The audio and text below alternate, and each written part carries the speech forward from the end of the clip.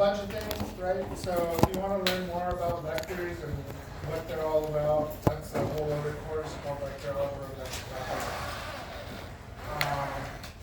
But now that we know what vectors are, and you've seen some examples now of how this is put together, force diagram and such, today is really going to be a lot of examples, and then we'll probably get to chapter 6 by next Wednesday, but we're only going to be covering chapter 6 in terms of the past previous chapters. So, for example, you know, this equation here, Vf squared equals V naught squared equals 2a delta x. This here is a conservation, energy conservation. You can actually get energy conservation out of this. So we'll be reviewing a lot of things from chapter 1 and 2 and or chapter 3 really in terms of energy next Wednesday. But really the topics are all the same so much. There's it's pretty much the same for a lot of it going forward. Things really only start to change when we introduce new quantities. So like today I'm going to talk about torque, but you're not going to get quizzed on it or have homework on it because that's not until chapter 7 or 8 or whatever. But your book talks about rotations a lot, and if you want to talk about rotations, you got to talk about cross product and torque. So they really kind of simplify what a rotation is, and they give you kind of basic equations. Today we're actually going to derive all those basic equations from a fundamental vector picture. So you just start out with a vector, you fix up the derivatives, and then you derive kind of what the book has given you. And we'll look at their examples. So I think their proof or derivation for what they have is actually kind of nice and concise. It's more geometrical. It's not as calculus. So there's two sides of this class, right? If you ever want a geometrical linear interpretation of the things I do, read your book. If you want a more of a calculus exposure, that's usually what I've been doing so far. Like everything I've done so far has been more calculated than it has been linear algebra. Although I do try to emphasize that when we're dealing with the vectors, so there should be a half there. Okay, so let's start today with continuous strings. So I wrote down some reminders. So strings are a perfectly transfer force, right? So imagine you had a big heavy rope, those ropes that people work out with, right? They wiggle them back and forth. If those ropes got lighter and lighter, it'd be much easier and easier to transfer the force from your hand all the way to the end there. Right? So if you were to make the thing massless, but you're still able to hold it somehow, then and wiggle it, it would perfectly transfer the force from your hand all the way to whatever it is you're looking at. Right? And another thing, it does not change length. And that's important. Okay. So, ignoring this, let's just go with strings and talk about pulleys. That's how you spell it. Pulleys. And let's look at a regular pulley. I think, did we go over in detail what a perfect pulley is? I don't know. Okay, perfect pulley. So the next part is the string's best partner is a pulley. So, perfect pulley.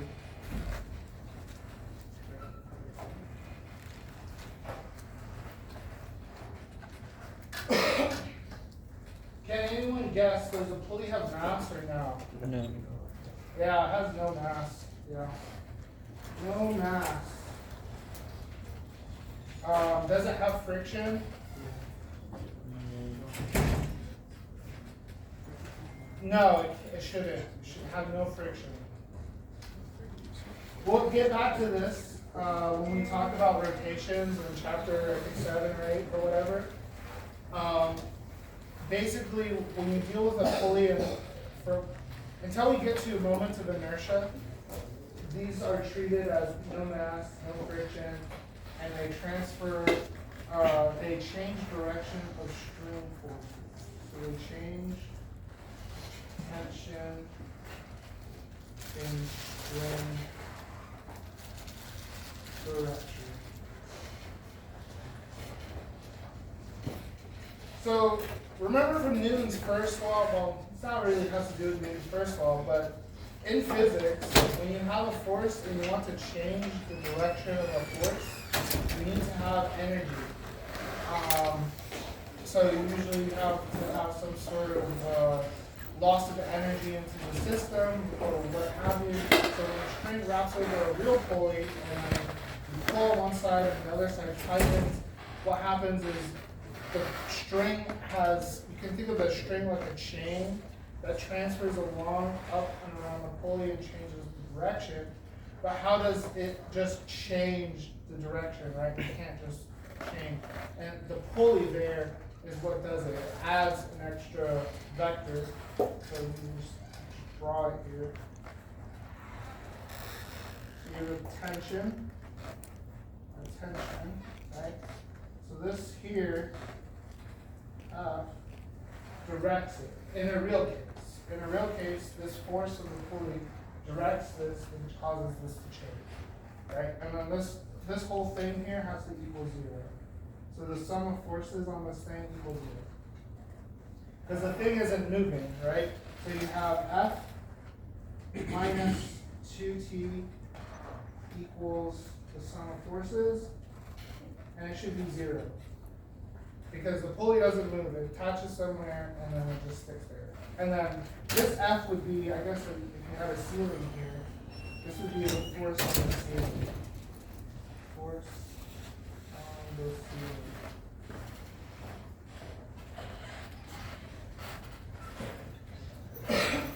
Okay.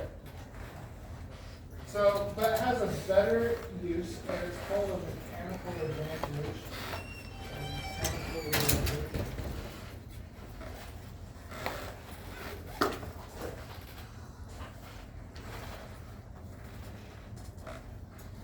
And that is, you can wrap the string around and reduce the force by, essentially, here, well, we'll do an example, but essentially what you're doing is you're making all the forces in the string double and you loop it. So imagine you had a string that looped around,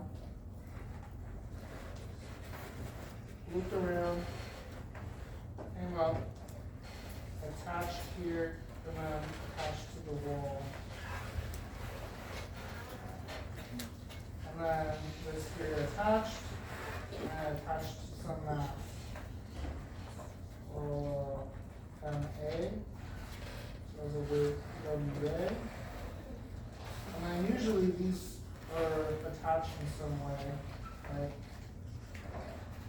Okay, so that's our toy model of a pulley. And usually we have to exert some force here, T, right? And the force is the same throughout the string, right? So the force here has to be T. The force here has to be T. Okay? And then we're acting on this point, and the point acting down here, this should be TA. So T, T, TA. Right? And then, but we also have the TA pointing up because it acts on this mass here as well.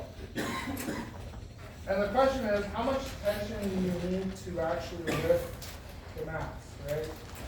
So we just look here at this point. We have 2t minus TA equals 0. That's this part. And then we have TA minus WA equals MA, A, it's really A, I guess, yeah.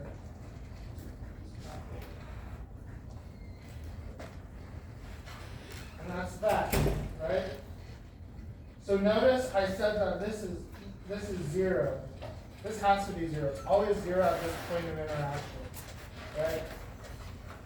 This here I didn't quite say 0 because we're trying to lift it. But what we can say is that it's greater than or equal to. So greater than or equal to 0 because it's actually made up. We have a relationship here. So what does our tension need to be? The tension needs to be, so that's our tension in our bottom loop, right? But now we need that in terms of T. So we plug in, solve for T, we have 2T minus is equal to TA. We plug this in, we have 2T has to be greater than WA. Right? And then dividing these, the tension has to be greater than half the weight. So if you incorporate a pulley in your system, you only need to lift half the weight. Right? So imagine now you were to increase this, right? So let's add, most pulleys you'll see in industrial applications are not single pulleys, they're double pulleys, so they look a little different. Same architecture.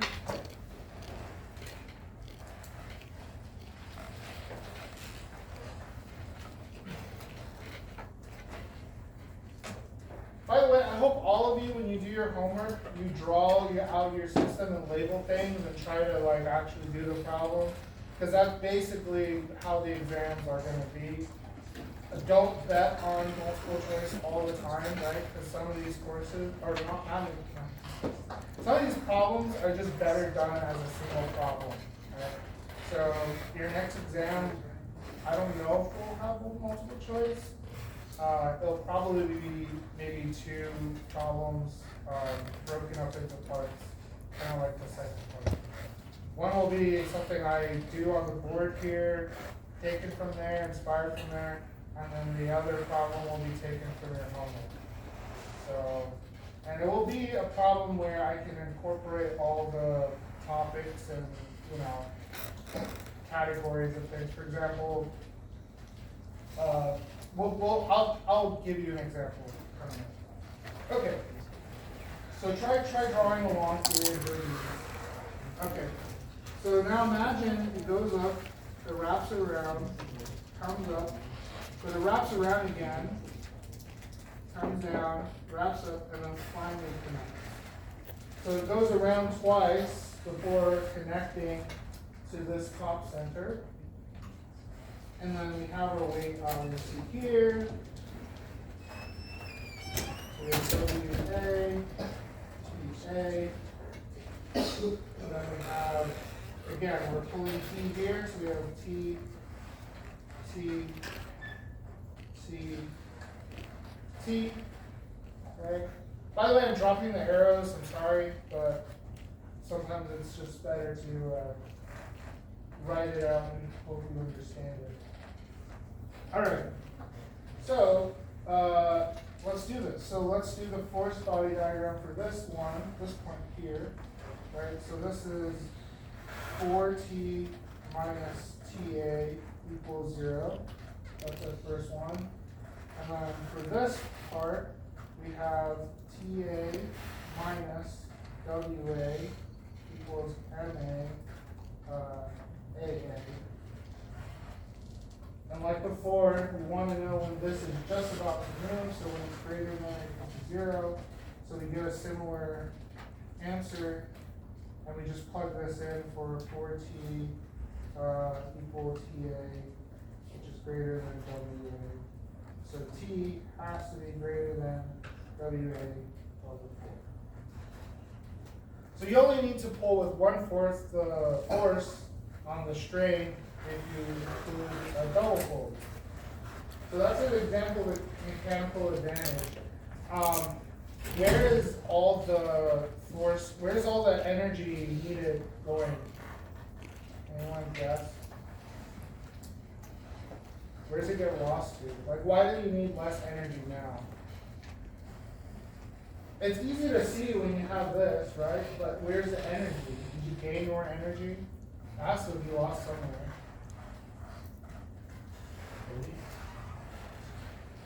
Right. And then what else? Well, not just the pulleys, what else? Right. So when you do this and you pull, the string, the mechanical bonds, they have to get pulled a little bit and stretch. Not as big as you think, but when you add up an Avogadro level number of molecules and stuff, it all adds up, right? So, okay. I won't have a pulley problem on the exam, but there will be pulleys incorporated. So just keep that in mind.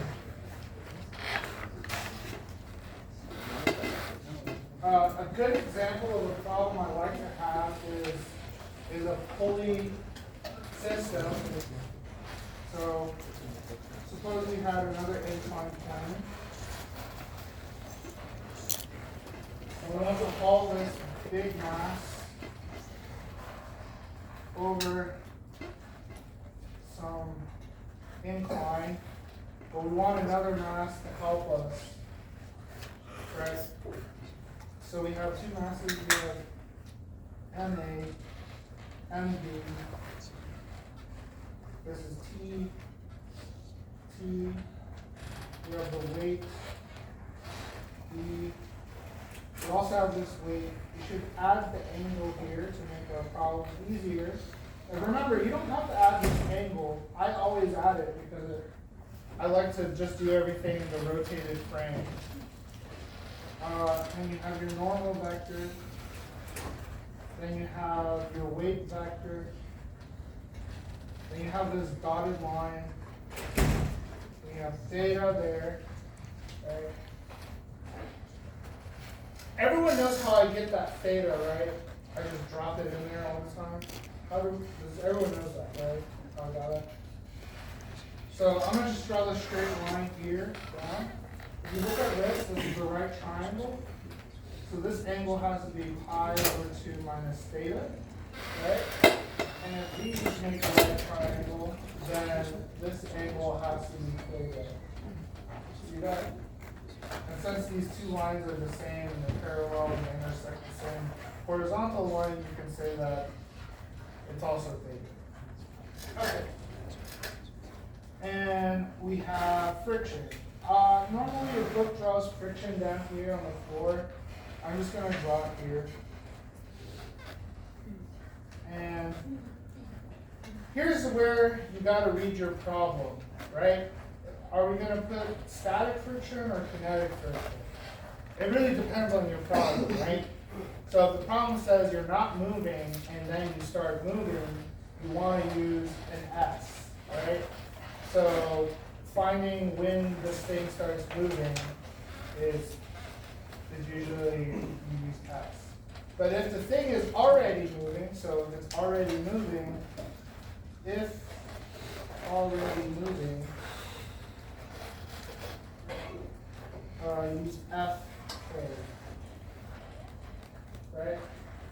And if it's already moving, you need to use FK, and you need to also know what direction it's moving, or you need to assume. Yeah? What should we write, like right under the theta? I saw that writing there. Yeah. Here? Yeah. This is, so I made a right triangle here. This is pi over 2 minus theta. And then I drew another little right triangle here to show that this here is theta. And then because this line intersects these two lines, that is theta. The reason why I'm showing you how to do this is because the picture might not be orientated this way, and you'll have to redo the theta. It won't just be cosine theta, sine theta, it could be flipped. So you need to kind of look at it to know, am I going to be using a cosine or am I going to be using a sine, right? Okay. So now let's just do the first case. What mass must MB be in terms of variables for it to begin moving? Notice I said variables, right? I just said variables. The reason why I just said variables is because I want all of you to get used to the fact that I derive these things in a very general format. All you got to do is figure out how to derive that format in different contexts. and how to label your variables and what variables you have, right? So here we listed most all the important variables. I would say for this system, the only variable we're missing to make it realistic is the pulley variable. So this pulley will have an I associated with called moment of inertia. And I guess if you really wanted to, you could also incorporate a spring force here for your string. So a string can have spring. String can have spring.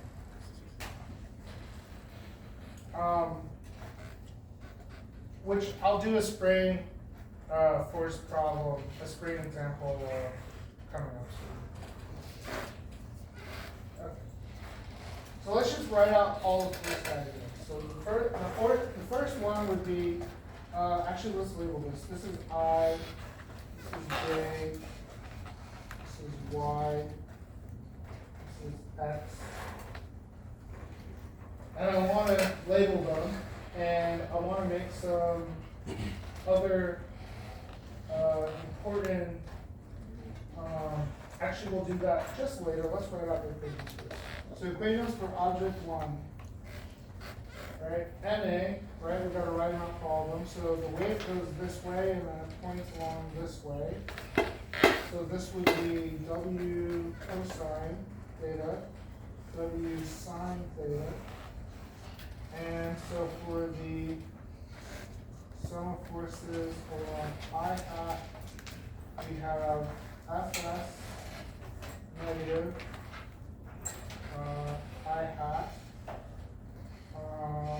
minus W sine theta I hat plus T I hat equal to MA AA. Right?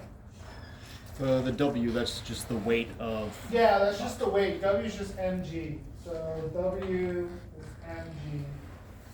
So here WB is that, and then we have WA, MA, G. Okay. So when I don't write the arrow on top of these things, I'm just talking about a positive number, and I'm putting the direction out front with the unit vector to show that's how I'm going to be doing it. Okay, the sum of forces in the J, right? So we have N J hat minus W cosine theta J hat. And again, the thing doesn't go through the floor, right? So it doesn't sink into the plane. So the J stays constant, it never goes below or above. So this is 0.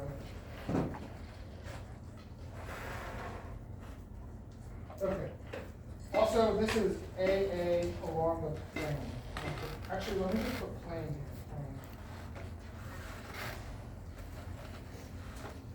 here. So it's going along the thing, right? Okay, that's mass 1. Now mass 2, we have, it's only moving in Y, right? So the sum of forces in Y. If you look at our Y direction here, it's just T and then WB. So this just becomes TY hat minus WB Y hat equals MV A Y.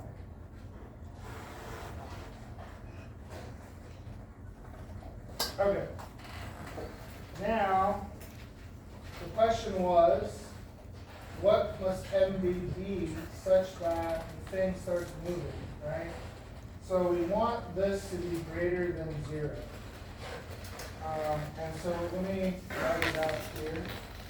Minus Fs minus W sine theta plus T must be greater than or equal to 0.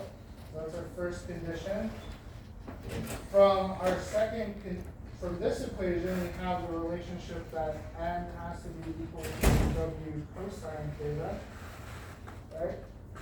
And then from this third equation, this has to be less than or equal to 0, right? Because we want to be moving down, right? So this has to be less than or equal to 0.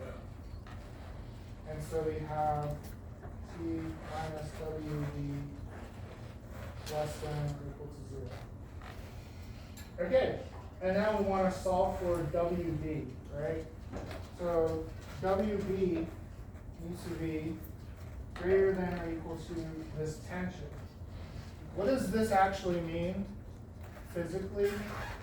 Mathematically, we just said, you know, this needs to be less than or equal to 0. But if our mass WB is less than our tension, our object won't move, right? It's just going to stay sitting. So what does this actually mean?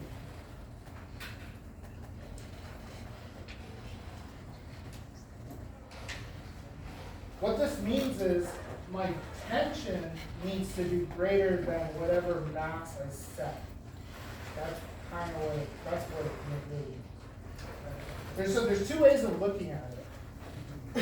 You can either see this side as the resulting of the function on the right, or you can see the left as the result, or you can see the right as the resulting side of the left. How you determine which way you interpret the equation depends on the system. All right. Okay, so now what is t? We need to find t. Well, t from here gives us that t has to be greater than or equal to fs minus y plus w sine theta. Plugging this in, we have wb needs to be greater than or equal to fs plus w sine theta. And then what is fs? You can just put everything in. It's mu s mg cosine theta, parentheses ma, right, plus a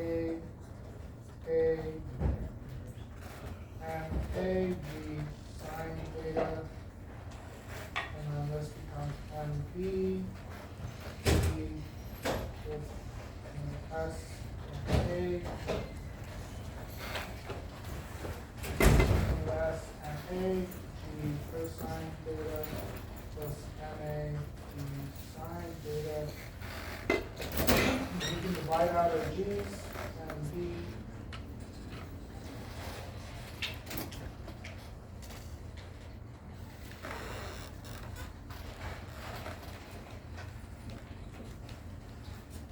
Right?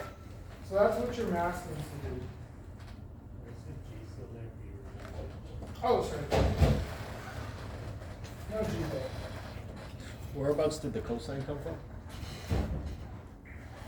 The cosine came from here. So we use that Fs is equal to mu s n, which is mu s w cosine theta. Okay. WA.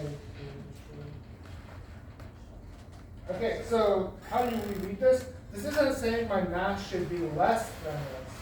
This is saying whatever's going on up here needs to have a greater effect than this.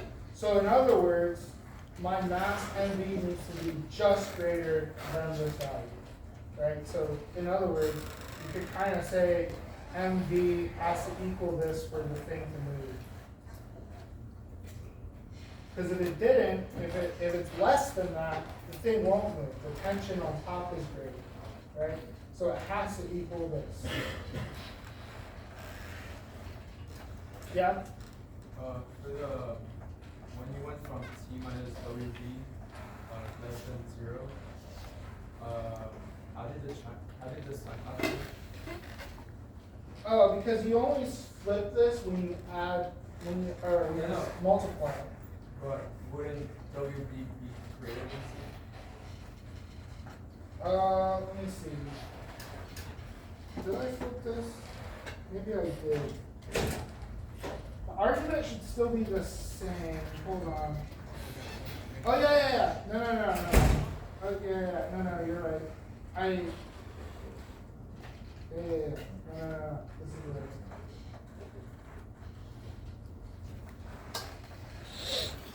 right. Well, actually, no, this is still the same. If I start moving at MD, let's say, so this is for when it's not moving. When not moving. So when it's not moving, everything's 0, right? And it's just about to move. This is the mass needed to make it just about to move. If you already know MA, right? So you already know MA. You know the angle of the plane. I'll usually this is always given. Unless you're experimentally going to measure it, this is always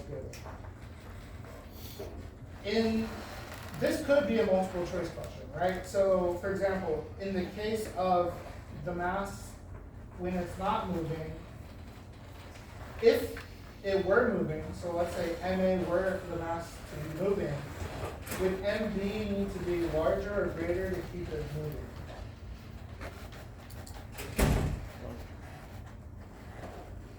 So MB directly influences T, right? So if you go back to the tension example I had, right? Your tension was much greater when you got Fs to shift to jump down, right? So that means your MB for finding Fs is bigger because your Fk will be smaller. So the mass needed to make it move while it's actually moving is less. So let's look at the other case. So while it's moving. So this is, let me just put this note here. Given MA, theta, and US, you can determine MB. Right? So if you're just trying to memorize, like, if I have this or that, what can I solve it? That's basically it. Let's see. Before we move on, actually,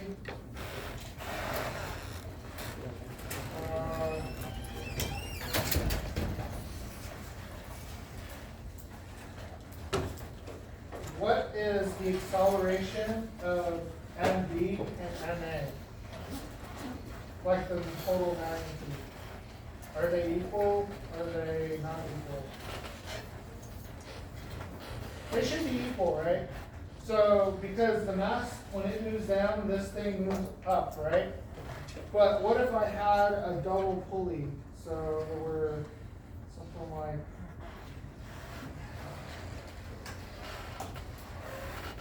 like a double pulley system.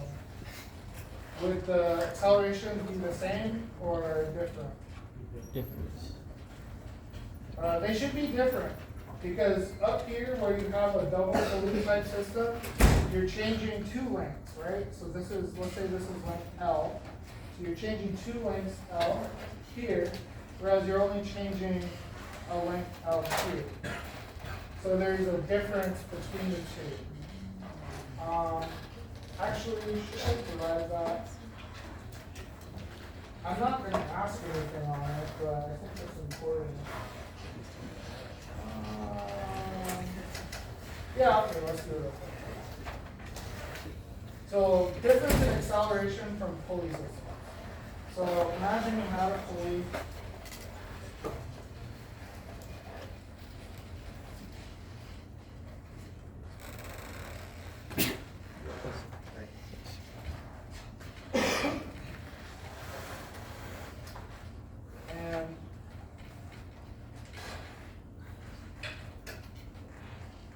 We want to find the acceleration of this, AX, in terms of the acceleration of some other thing.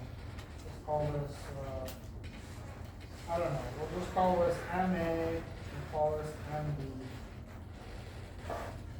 And the total length is some length L, right? So if I were to move this thing up some distance, let's call delta y, right?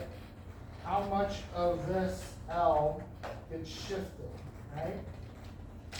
So this whole thing shifts up. So you have this thing like this, right? If this length, so this total length that got shifted up here, not counting, let's say this, there's no circumference here, it's just these two. This total length is 2 delta y, right? That's 2 delta y of the string. But it only moved delta y in this direction, right? Remember, the length of the string is conserved. So this 2 delta y needs to go somewhere. Where did it go?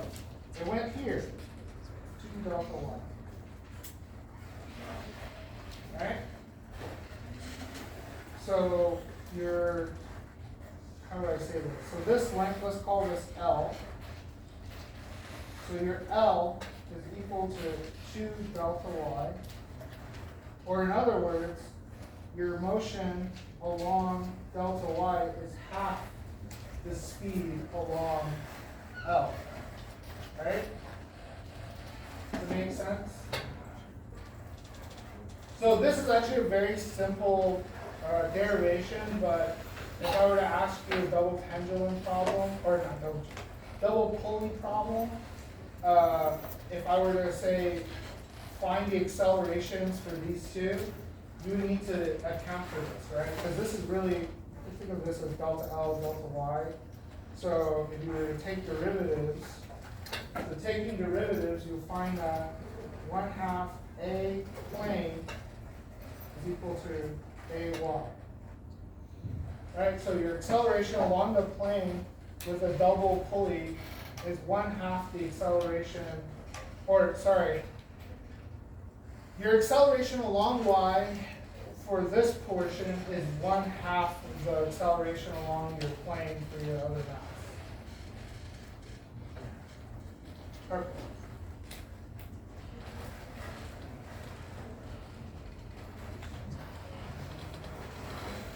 So that's enough for pulleys and planes. I hope all of you, well actually no, we're not done yet. Let's look for when it's moving.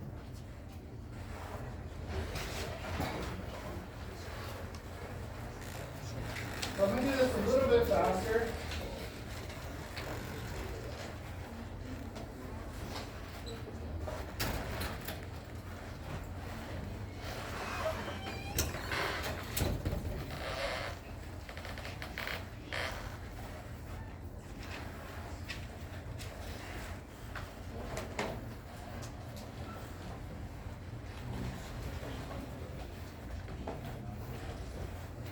Okay, it's already moving. If they say it's moving and they don't specify direction, just specify an easy one, right? I like to just say I'm moving positive. So what we'll see is that by changing, by just specifying a direction, by changing the masses, we can see when the sign changes from the mass sliding down the hill to when it's moving up the hill. Okay? So we have the forces on MA.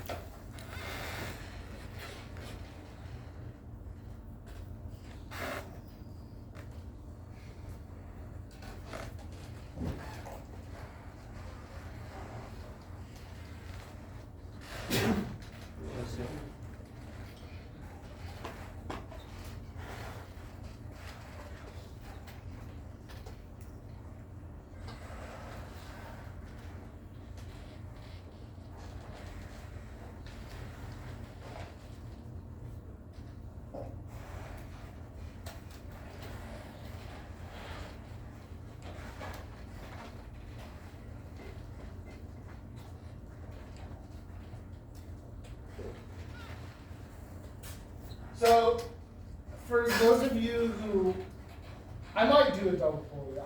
I don't know. But let's say I were to do a double pulley. The only thing you got to do here is just replace AY with that identity it shows you, which is this. So as long as you know that connection, replace this for that, for the double pulley. You just set up the same problem, you just replace that, and everything should work out the same. So just make sure you're aware of that, okay? All right, and then am I forgetting the equation? I think we're good.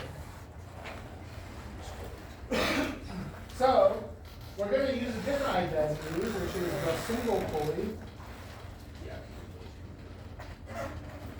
The single pulley, you have AY equals A. Right? They move with one another. So we can just plug that in. We have FK minus MAG sine theta plus T equals MA over plane. And T minus MVG equals MV.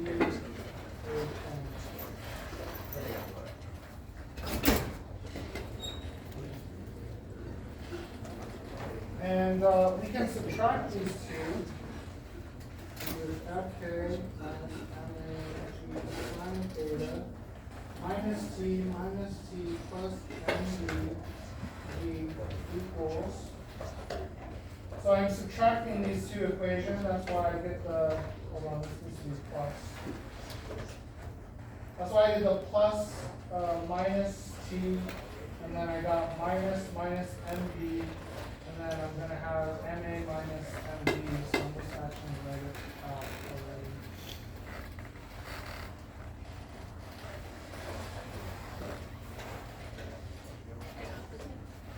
So this problem's a good example of when things break down. So this cancels, right? And so we have A plane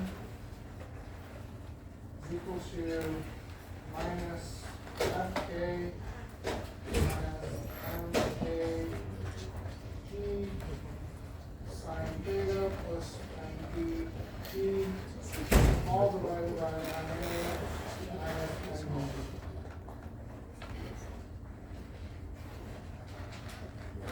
So when does this equation break down?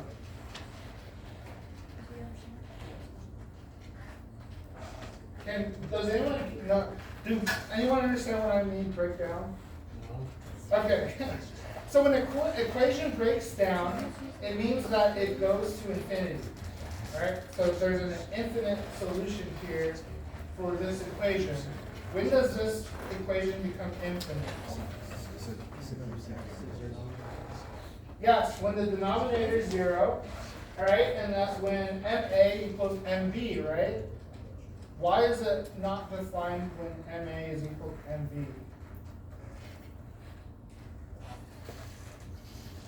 Two reasons. One of them is physical, the other is mathematical. Can anyone guess?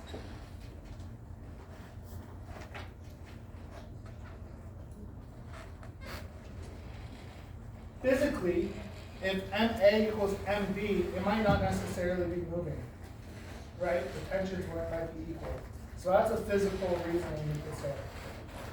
The mathematical reason is that our first assumption was it's not moving,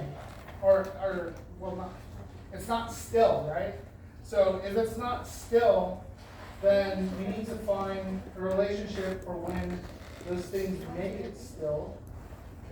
And when you try to do that, you find that when MA minus MB, basically when this is 0, these two things cancel and the whole thing becomes undefined. Basically, the total forces on both bodies are equivalent. And it comes about because you related the acceleration of both objects in this way, right? We're going to get back to acceleration on objects and how they, if you have two objects with the same acceleration, you can treat them as composite objects. So you can treat them as having the same not the same, being part of the same body. For example, all of us sitting here in this room are a composite object of Earth. We can be treated as having the same amount of forces acting on us just as Earth is. Okay. Anyways, when is this positive? In other words, when is it moving up the plane? Well, we don't know, right? We need to find out how all these masses, relationships, and ratios matter. So we have M, A, G, E, K, cosine, minus M, A, G,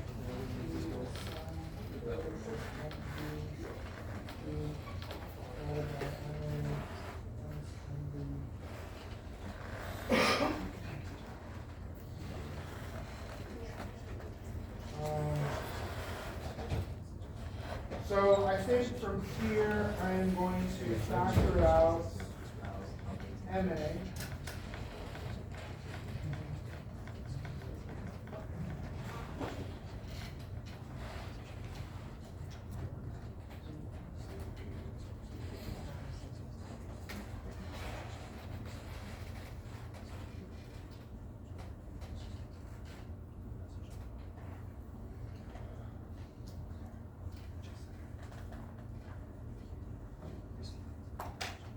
And then I can do the same thing on my denominator here, just factor out MA.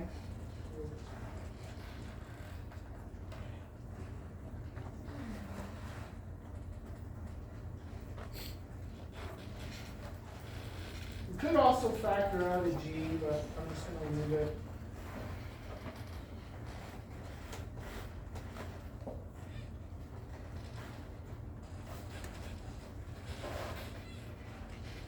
Okay, so this puts it in better perspective. When NB is greater than MA, the denominator is positive or negative?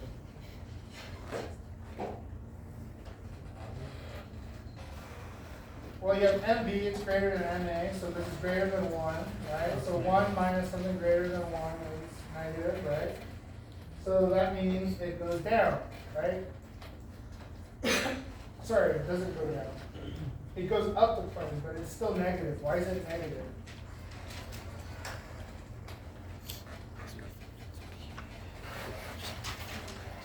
This relationship, right? So AY is negative. A plane, right, you got to distinguish between the two. Once you get a negative answer, you have to assume, am I talking about AY or am I talking about A plane? Right? Because their magnitudes are the same, but how we specify the direction differs. Okay? So these are magnitudes. Remember this. These are magnitudes. So these are positive. These say nothing about direction. Right? They say nothing about the direction. So you have to remember that your negative is down. Negative is down. Your positive is up. Okay? All right. I think that's all I have for planes. I do have some general equations here. But I think I already gave those. Yeah, I did.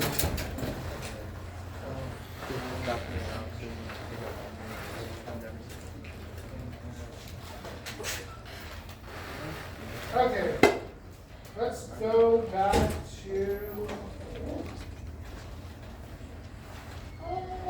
Actually, yeah, you know what? Let's do this. It ties in with what I just said about magnitudes and stuff. This problem was taken from your. Well, it deals with acceleration. So this problem was taken from your book.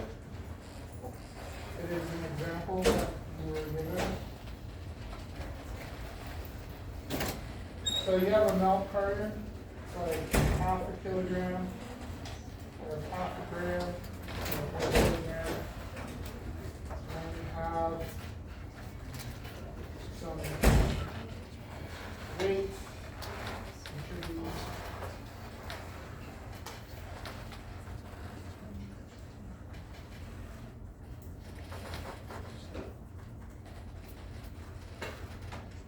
So T I'm denoting for tray, and then C I'm denoting for carton. And that's basically what your book does. And the question is, what's the acceleration of the carts? So you're pushing them, they're moving together, right? So they have the same acceleration. So you apply a force F. So force F. This, in here, this applies a force back, right? Because they're coming into contact here. So you have here the force of the carts, or the tray on the cart, and here you have the force of the cart on the tray. Alright? And then okay, so the question is, what is the acceleration? We can go back to what I said earlier, which is all objects with the same acceleration, if they're like, even if they're touching, you could roughly say that they have the same, they're the same body and they have the same total force on them. And so the sum of these two is the mass of the cart times the acceleration of the cart plus the mass of the tray times the acceleration of the tray, right? But here, since they're moving together, AC is equal to AT, right? I think in your book they just say it's AX for both of them. And you're given F. F is like 9 newtons total. And so, what you have here is that AX is equal to 9.0 divided by MC plus MT. And that's the solution your book gives. The other way you can do it is write out all the equations, right? So,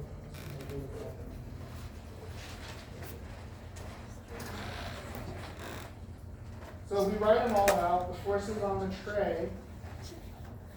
So I'm just going to put T for tray since they're all pointing in the same direction.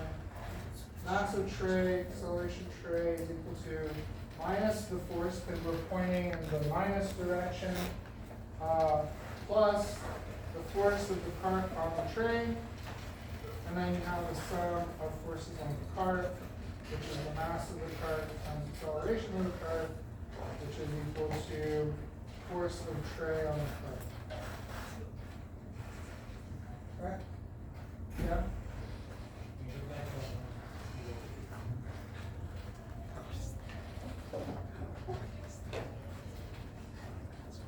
Yeah, and remember that these two are equal and opposite, right? So 1 points, or one of these is negative. So these are equal in magnitude, but this negative just comes from the fact that it's pointing the opposite way. So we can actually just add these two together, and then these cancel. So we have MC AT plus MC AC equal to F. And then obviously 0, because these two add to 0. And then you get F is equal to minus AX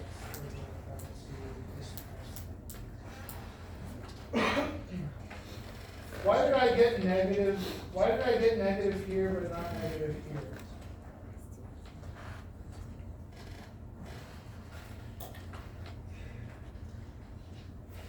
Anyone answer? I think everyone knows what I'm going to say. It goes back to how you define the problem. Right? Here, I just said these things are moving in the same direction. They have the same acceleration. I have a total force acting on it called 9 newtons, right? What's my acceleration? So I just went through and I solved for it, right? I didn't specify direction, right? So this case, I did not specify any direction. This case, I did.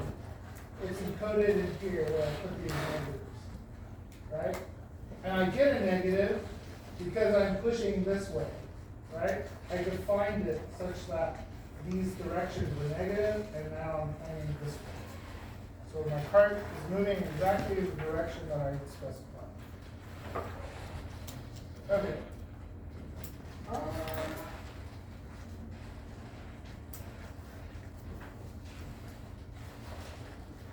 So these next few topics are kind of scattered, so I'll just do the drag force starting so we can get it out of the way. Did all of you read, have you looked at your book's explanation for the drag thing? Okay. Well, I'm going to do what your book does, basically.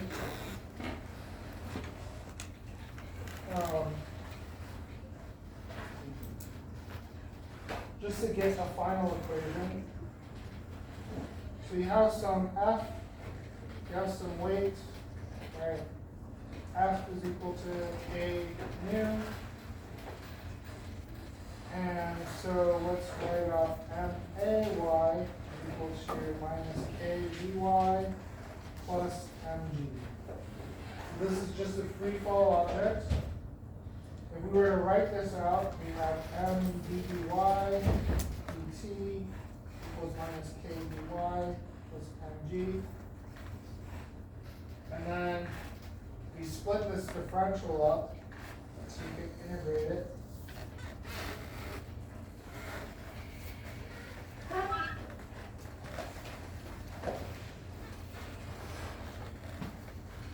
Okay. And now I am going to factor out, let's see, what do I factor out here? We're going to factor out K. So we have M dVy K mg over K minus Vy equals dt. And now I'm going to multiply both sides by K over M.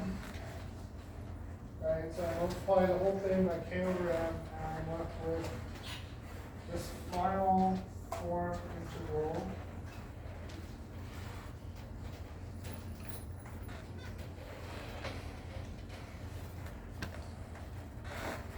This right side is just the basic K M T, right?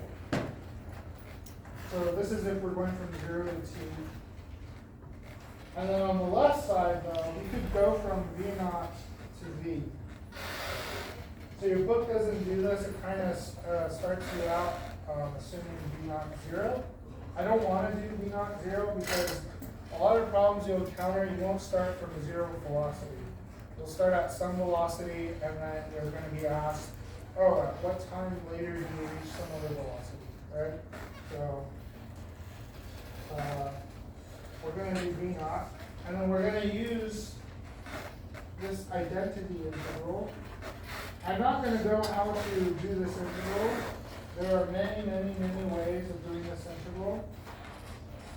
I'm not going to go into detail on how to do it. But it is a fun integral to learn how to do. Okay, so using this, we apply that, and we get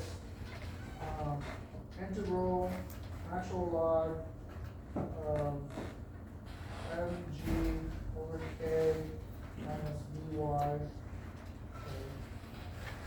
evaluated from v naught to v is equal to k over mc. Right? Let me put this as vf. All of you know logarithmic identities, right? If you do not, look them up, get a table. You can put it on your equation sheet, do trouble remembering algebraic identities. But whenever you subtract two logs, you divide them. So natural log of A minus natural log of B is equal to natural log of A over B. right?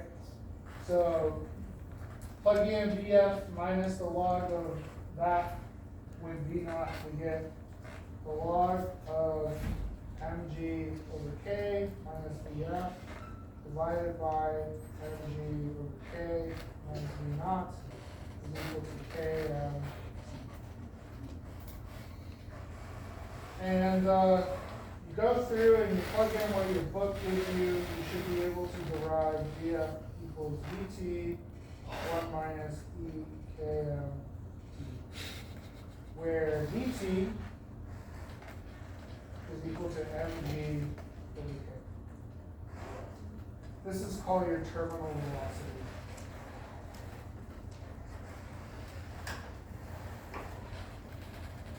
All objects reach terminal velocity in a fluid. So, for example, if you were to fire a bullet into the ocean or whatever, it keeps going until it reaches some constant speed and then it decays and stops. So, if we were to look at this equation here, you notice e to the minus whatever is just some small number, right? And it's never going to be equal to or greater. It's never going to be greater than 1, really.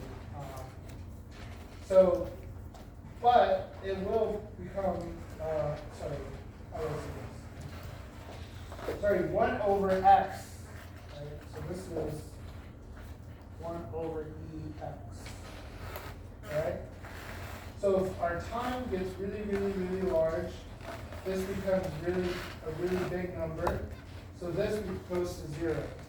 So it goes to 0 as x goes to infinity. So this value here goes to 0 as time increases, right? And so your final velocity is basically your terminal velocity. If you were to kind of plot this, if you started at 0 velocity, you increase, and then you reach terminal velocity.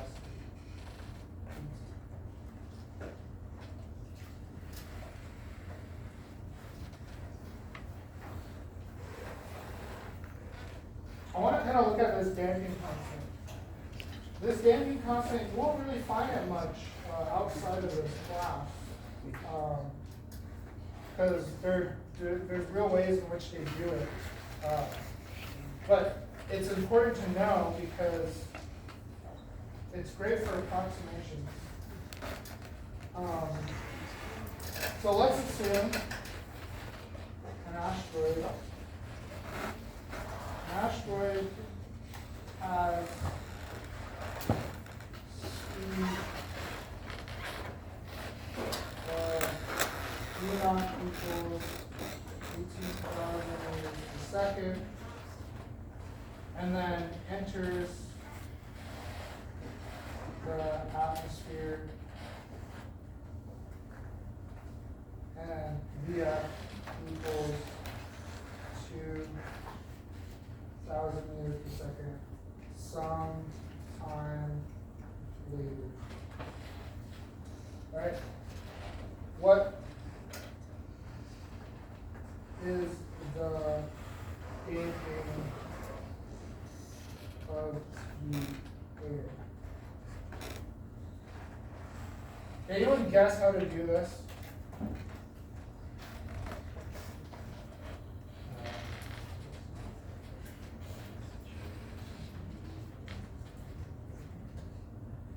Well, there's some things we need, right?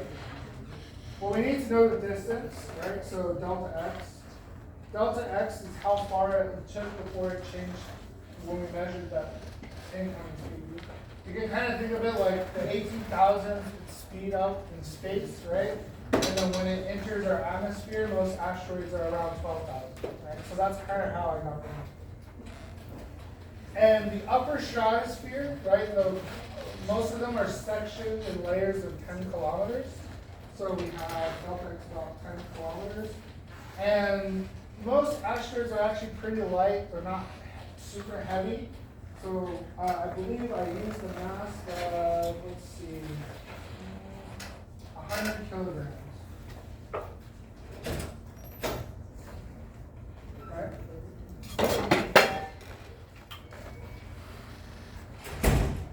so given this information, how would you find the damping constant?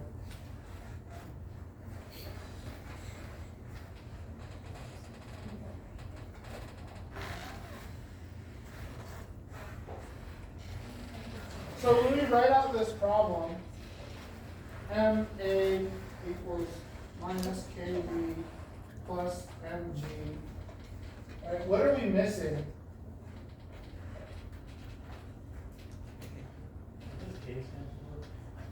It's the damping coefficient. Well, we have A, well, we don't have A really, right? So how do we get A from this, our info? Divide the right side by the mass. Well, we need A first, right? We don't have everything. We have this, we have this, we have this kind of, we need this. Go back to chapter 2. You have two speeds, you want to find A, you know the distances. So VF squared equals V naught squared plus 2A delta X. Right? So this is A we're looking for. This is our final speed when we entered our atmosphere. This was our initial speed when we were out in space, right? And this is how thick the atmosphere was when we finally, this is how thick it went into our atmosphere when we finally measured it, right? So you just have A equals VF squared minus V naught squared all over 2 delta X, which should give you roughly 9,000 meters per second squared. Here, it's positive, right? But in our system, this should be negative, right? Okay. So now let's plug this in. Let's solve for K. What do we get? Let's see. We have this. We have K equals MA minus MG divided by V. And we plug everything in, we should get something roughly 74. Okay? And the units, I believe, are, actually, what are the units? Well, they should be, let's see, K, E equals F, right? This is meters per kilogram second squared. This is meters per second. Okay? So K should be kilograms. This is kilogram seconds. Professor, Yeah. for that answer, would that technically be a negative? Yeah, it would be. Okay. But you need to specify that, right? Because the equation that we just used, the MA minus MG over V, is the first one that we used, where it's MA equals negative KV plus MG. We're gonna get into the, 'Cause- well, I'm gonna do this K again, but I'm gonna do it differently, and we're gonna show you that they're both wrong. Okay. But I don't still understand your question, what is it? So when you first wrote mass times acceleration equals negative KV, this one right there. Oh, you mean here, right? I should have a negative here. Is that what you mean? I think it's supposed to be somewhere because it's negative K, but the negative has been removed from the K and you're dividing by V. So I assumed it was all a negative answer. Right. Well, I guess my question should be to you now, is this A negative or positive? Positive? Well, if it's positive, it's accelerating towards the Earth.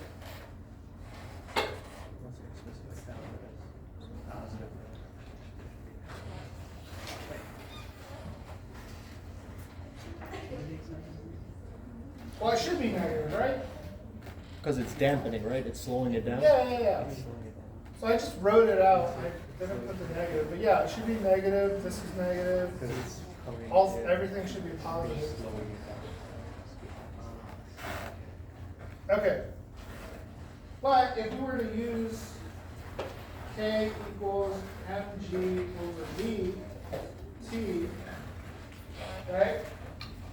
Like I said the 1200 was the terminal velocity for comets entering, right? If I were to plug all these values into here, I get k equals 0.08.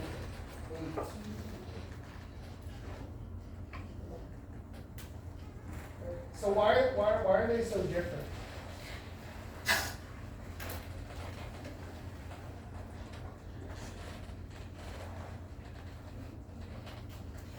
It's going to go back to, again, the same thing I brought up prior.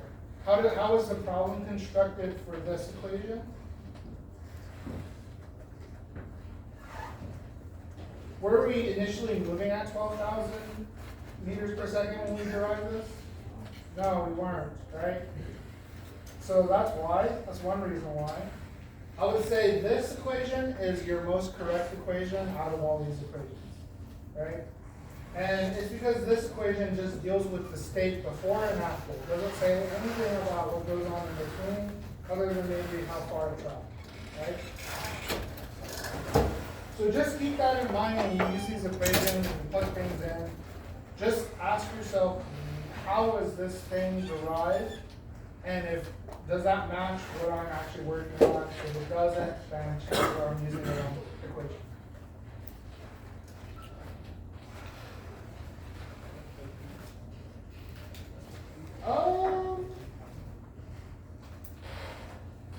So I can start talking about rotations, or I can go into a small topic of relativity. It's your choice.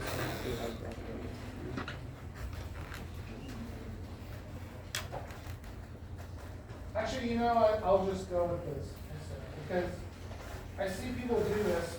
You know people who throw balloons at people right outside of cars and stuff.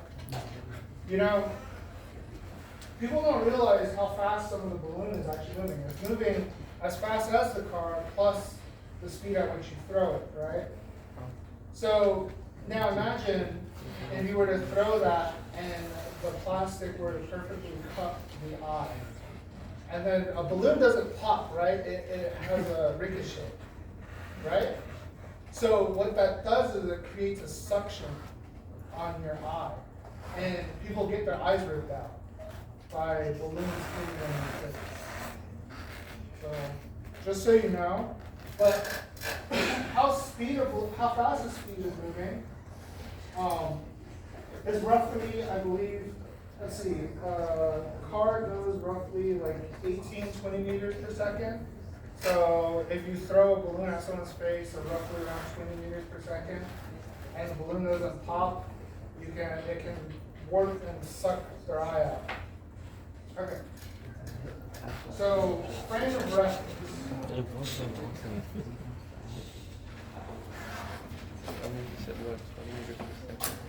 I think I'm going to do frame of reference first because frame of reference we're going to need to talk about before we can talk about adding translational and rotational reference frames.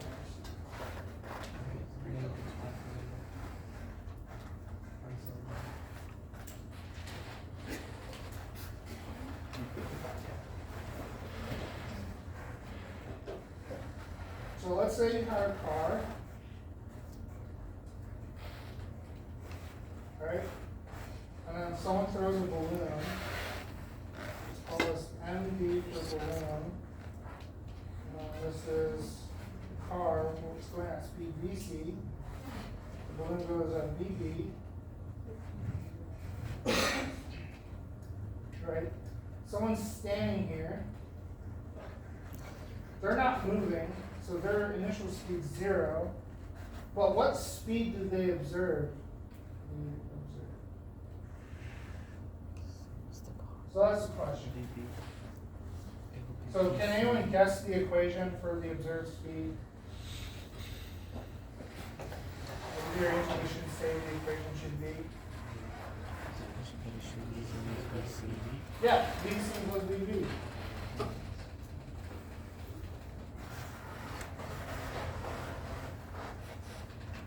Notice I haven't said anything about direction yet, right? So don't worry about direction. Now, what if I was moving? Well, then can someone guess what the equation would be?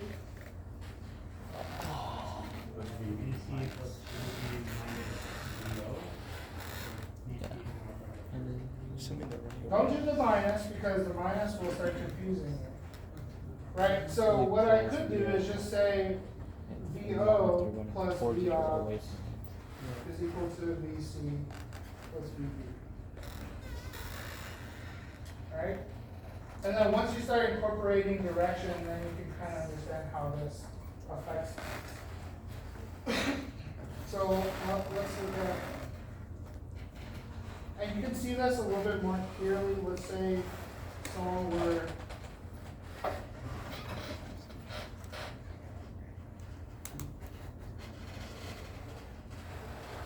someone on a bike or something, right?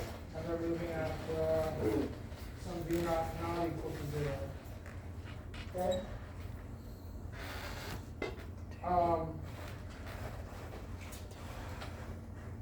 If they were moving towards it,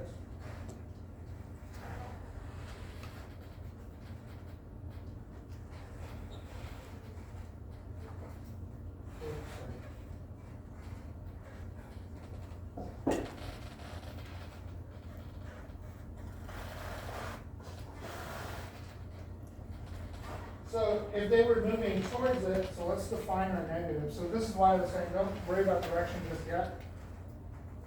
So we have x hat, so let's make that positive. So if I'm moving positive, right, so the car is moving positive, this is moving positive, I'm moving positive, so I'm subtracting from a bigger number now, right? So my observed speed of the balloon will be smaller, right? But now, what if I was riding the other way, right? So I'm going this way. If I'm going this way, then this is positive, minus, minus. So now I'm more positive, right? So now this is even bigger. So my observed speed is bigger for the balloon if I'm moving towards the car. It's slower if I'm moving away from the car. That should be pretty obvious to everybody. Your book does a really complicated description about A relative to B and P relative to A. I didn't really care to go on it because this is the easiest way. If you wanted to do real relativity, we could, but it's not part of this course. Yeah, so the rest is plugging in numbers. So for example, if the balloon is thrown at 10 meters per second, and the car is going at 80 meters per second, if you're not moving, your observed speed is equal to 28 meters per second, right? And if you were moving, let's say you're moving like, I don't know, 5 meters per second, then your observed speed should be 23 meters.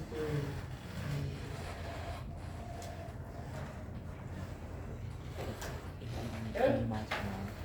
That's I think if, your book only does 1D relative motion, so. but that's the observed, the second observed 23 Yeah, miles. because you're driving, you're moving away, fine. You're kind of just. Okay. Usually you're supposed to slow down and doing it. Go.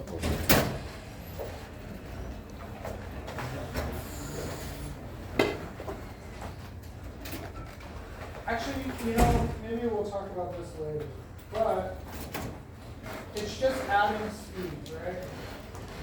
So now let's talk about something that wasn't moving straight but was rotating.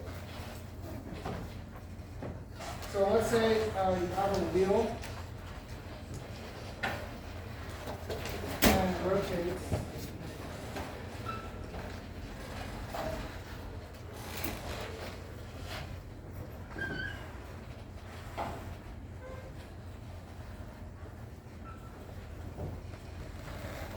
Okay, so it's just in the air and it's rotating, right?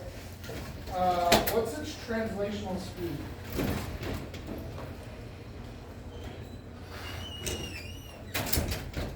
So translational speed just means like it moving left or right or up and down. If it's just spinning, what's its translational speed? Yeah, it should be 0. Okay, do I have time? flat. Alright? But now, let's say it touches the ground and it starts rolling. Right? So now it's rolling.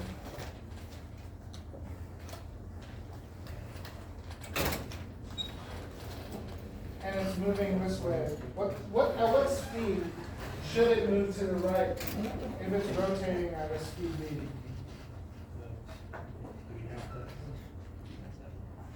Well, I mean, that's kind of what I'm going to get at soon, right? So if it's rolling at a speed v and then it touches the ground, at what speed should it move forward? If there's no friction, what should it do?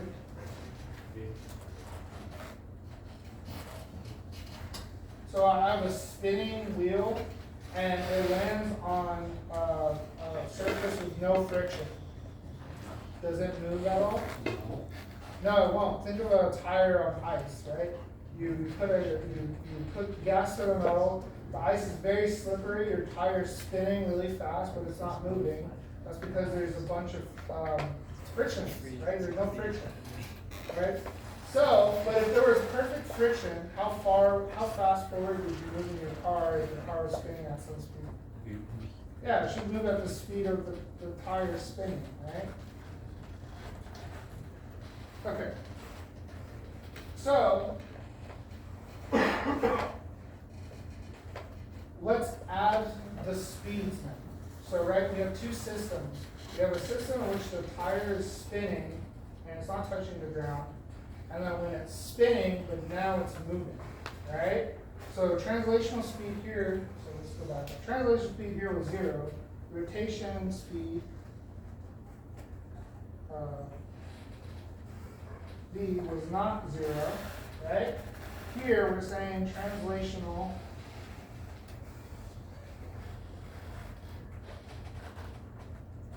V is not 0 in rotation.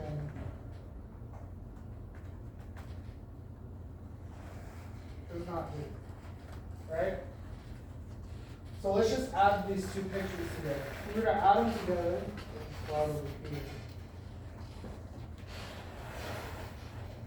for our top point, we're moving at a speed v, but we're also moving sideways at a speed v. So the top part gives us 2v. Okay? This bottom part, we're moving down at speed v, but we're also moving right at speed v, so we're actually pointed this way. So our particle on this side is pointed like this. And then here at the bottom, we're moving a speed this way, right? And we're also moving a speed that way, so technically we're at 0 speed here. And then here, we're moving up, right? But we're also moving this way, so our speed is like this. So that is kind of what the speed vectors look like on the tire. And it should be important to note this condition. So this is rolling with perfect friction.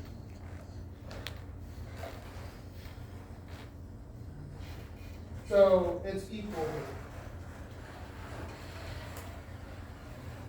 We'll get into the forces later, but if you were to look at, for example, a wheel, if you had a wheel and then you had a string that's spooled around inside, so it's kind of like a spool. Right? If you were to pull attention this way, P, you would have a rotation that wants to go this way, so you have a speed that wants a velocity this way, so you have a drag this way. But look at this. Our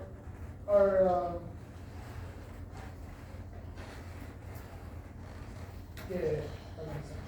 Okay. And then look at the other case.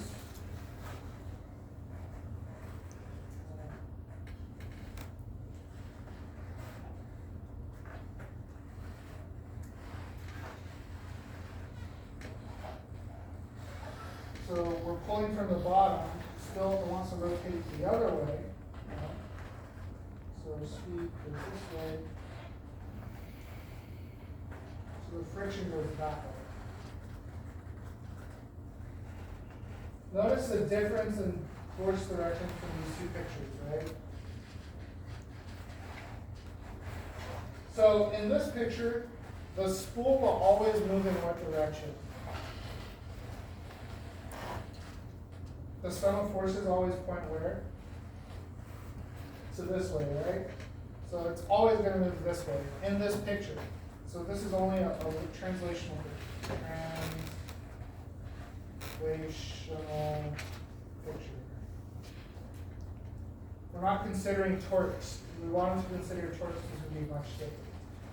But if you look here, there is some tension in which you can control this F, right? Because your tension controls the rolling friction, the speed at which you roll, right? And what you'll find is you can actually angle this string to make it either roll forward or backward. I don't know, have you ever tried to like get something to roll towards you when you're pulling at it? If you try to pull it when it's too high, it'll just go forward all the way. You need to lower the string and then pull towards the ground. Because what that does, it changes the torque on the system, so the thing will actually roll towards you. Okay. But that's rolling friction. So any object rolling,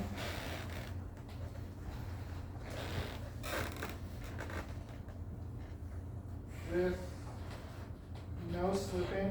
Sometimes they don't say perfect friction, they just say no slipping. So you'll still have friction in the system, but they'll say no slipping.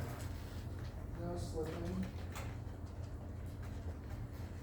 Have their translational speed equal to rotational speed.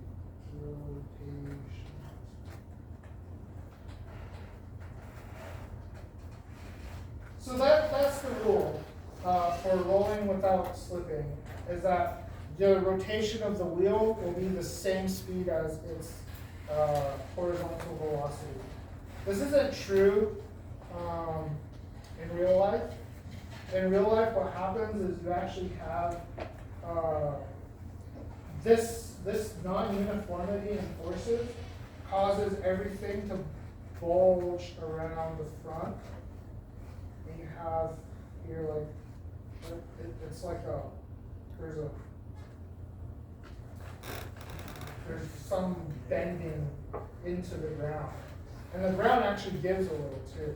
So if it didn't give, the whole thing would break, and we don't really know what would happen. I mean, if you could magically force it somehow, you basically would force fusion happen, right? Okay.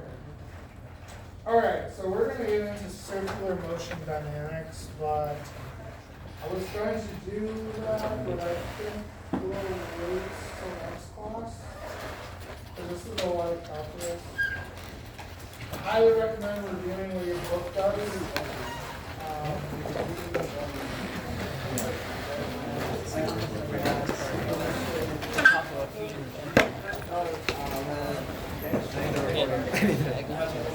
I stopped writing. I do not remember.